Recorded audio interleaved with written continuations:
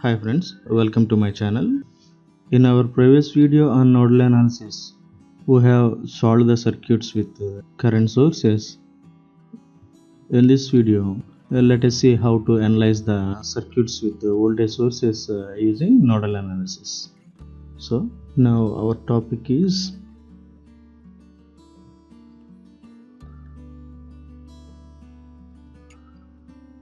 nodal analysis with voltage sources.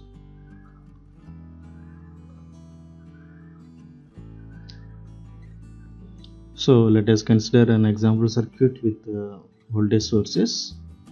I have taken a circuit with two voltage sources. To solve the circuit using nodal analysis, let us first identify the number of nodes in the circuit. Let this as node 1 and let V1 be the voltage at this node, and let this be the second node, and let V2 be the voltage at this node, and let this be the reference node, and let this node be third node, and let V3 be the voltage at this node. There are three nodes in our circuit whose voltages are to be found out using nodal analysis.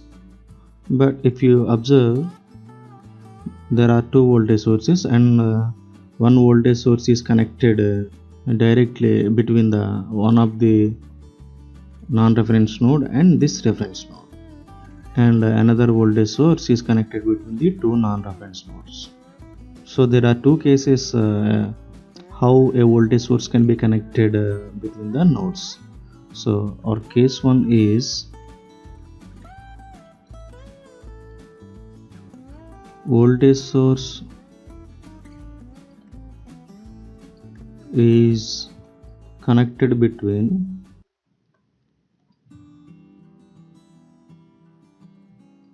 one of the non-reference node and reference node.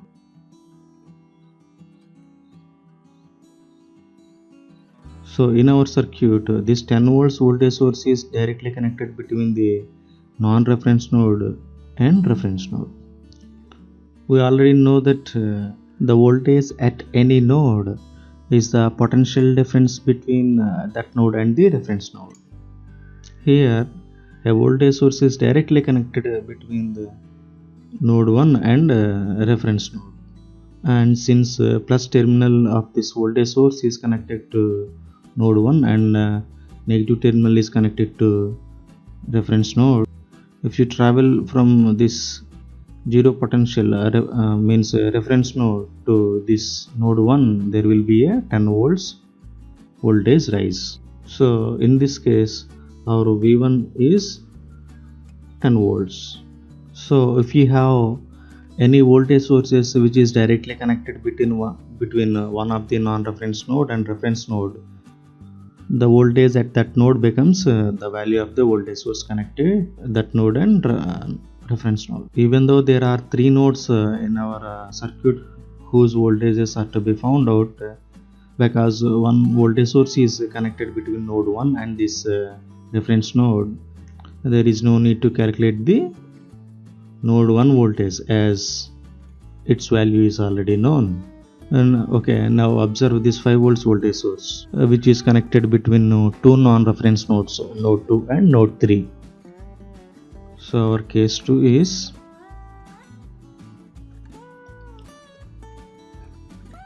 voltage source is connected between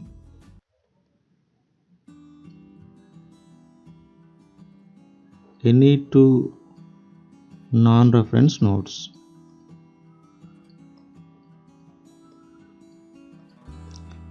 Okay, in our example, this 5 volts voltage source is connected between the non-reference nodes node 2 and node 3. So there are two nodes whose voltages are to be found out because the node voltage V1 is already known. Okay, to calculate this node voltages V2 and V3 using nodal analysis, we have to apply KCL at this node 2 and this node 3. But if you carefully observe the circuit, to apply KCL at this node 2, we have to assume the currents in the branches which are connected at that node. I1 be the current in this branch, and let I2 be the current in this branch, and let I3 be the current in this branch. Okay, after assuming currents in the branches, if you try to apply KCL at this node 2, so it will be like I1 must be equals to I2 plus I3, as I1 is the incoming current to the node 2 and I2, I3 are assumed as outgoing currents at node 2. Okay, so the I1 can be expressed by using Ohm's law as V1 minus V2 by 2 ohms, and I2 is given by V2 minus 0 by 2 ohms plus I3. Now how can we express this I3? Because this I3 is a current in this voltage source which is connected between the node 2 and node 3. Ohm's law cannot be used directly to calculate the current through the voltage source. If you want to use Ohm's law to calculate current through the voltage source, you have to calculate the equivalent resistance connected to the voltage source. The current through the voltage sources can be any value depending upon the other circuit conditions. So there is no way to express this I3. So we are having a problem in applying KCL at this node 2. Similarly, if you try to apply KCL at node 3, there also you will face a problem in expressing the current through this branch which is connected between these two non-reference nodes. So how to solve this type of circuits using nodal analysis?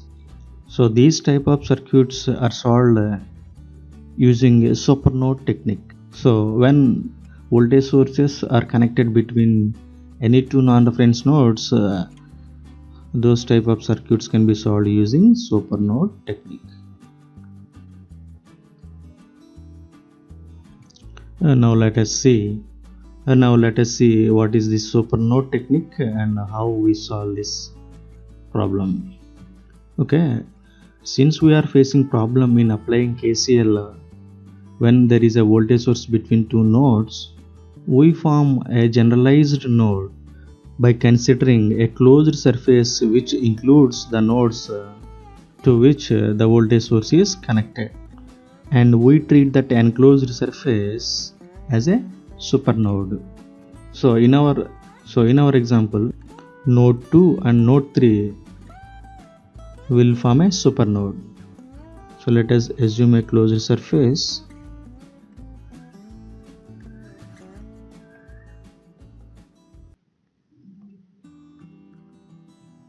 which encloses this node 2 and node 3, and this is treated as a supernode.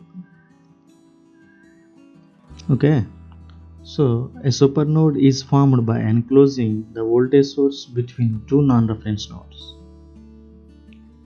Okay, now because this supernode is assumed by enclosing the nodes 2 and 3 and treating it as a supernode, now we will apply KCL to this supernode.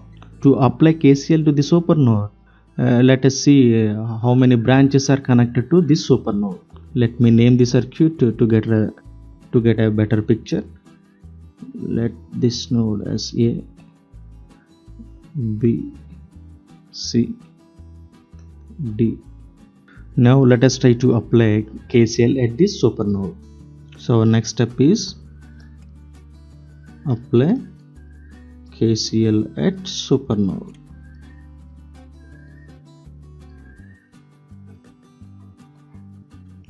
To apply KCL at supernode, let us identify the branches which are connected to this supernode.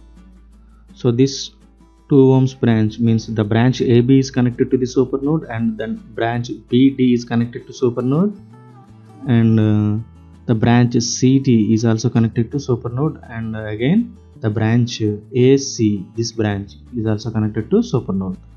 And also assume current in the branch AC as I5, and let current in the branch CT as I4. Okay, while applying KCL to the supernode, simply imagine a short circuit between the nodes which form supernode. Means treat this node 2 and node 3 as short circuited. Then this node 2 and node 3 will become a single node which is called as supernode. So after identifying all the branch currents which are connected to supernode, let us form the KCL equation at supernode. So it will be I1 plus I5 equals to I2 plus I4. So let us express these currents using Ohm's law. Our I1 is a current in this 2 ohms branch, so it will be V1 minus V2 by 2 ohms plus I5 is a current in this branch, so it will be V1 minus V3 by 2 ohms, that must be equals to I2. I2 is a current in this 2 ohms branch, so it will be V2 minus 0 by 2 ohms plus I4 is a current in this branch, so it will be V3 minus 0 by 2 ohms. But we have already know that V1 equals to 10 volts.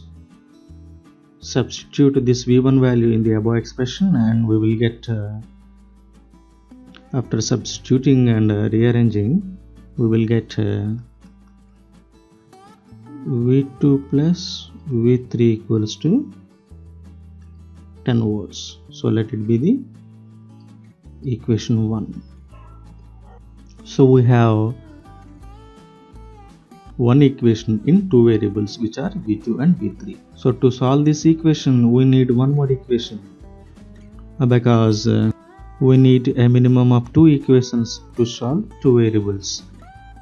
Now let us see how to form that second equation.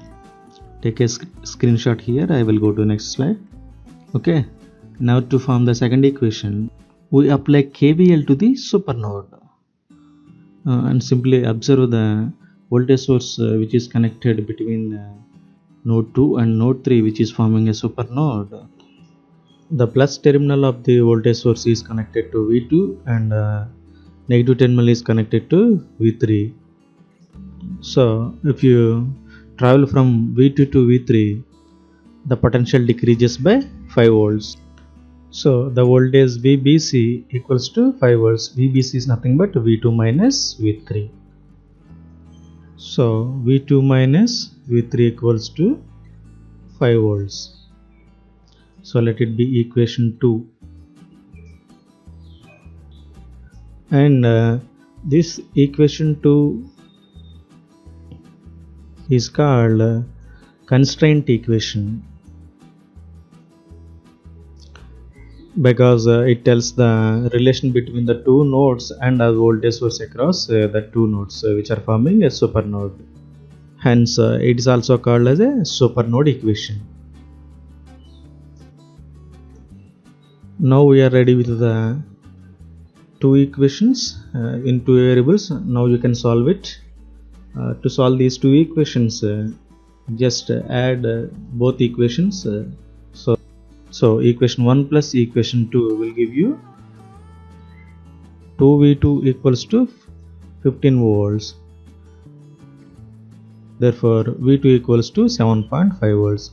And substitute the value of this V2 either in equation 1 or in equation 2 and you will get V3 equals to 2.5 volts. Therefore we found out the two node voltages as one node voltage is already known. So after finding out all the node voltages of this network or circuit, now you can find out any parameter of any branch in the given circuit. Now if you want to find out the current in any branch, you can find out. Even the current flowing through this 5 volts voltage source which is connected between the two non-reference nodes can also be found out. So the networks which are having voltage sources connected between the two non-reference nodes can be solved using this super node technique in nodal analysis. Let us take another example on this super node technique. So this is the next example. Let this be node 1 and let V1 be the voltage at this node, and let this be node 2 and V2 be the voltage at this node, and let this be a reference node. If you observe the given circuit, there is a voltage source between the node 1 and node 2, and we have only two nodes. Because we are having a voltage source between the two non-reference nodes, this circuit has to be solved using the super node technique. So in our circuit, the node 1, node 2 will form a super node.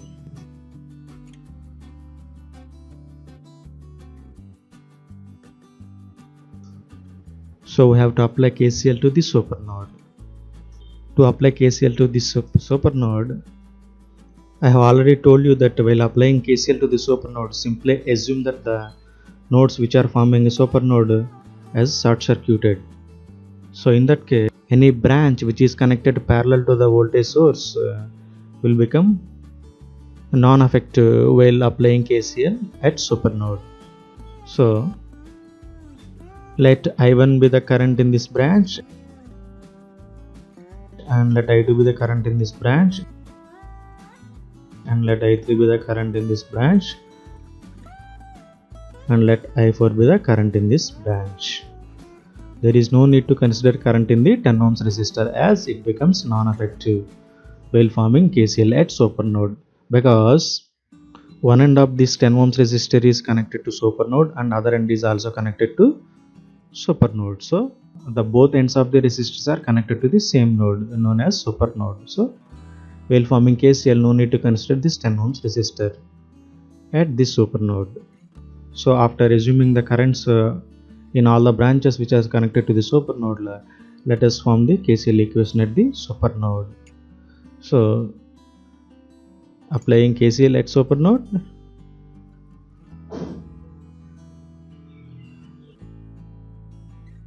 so it will be I1 equals to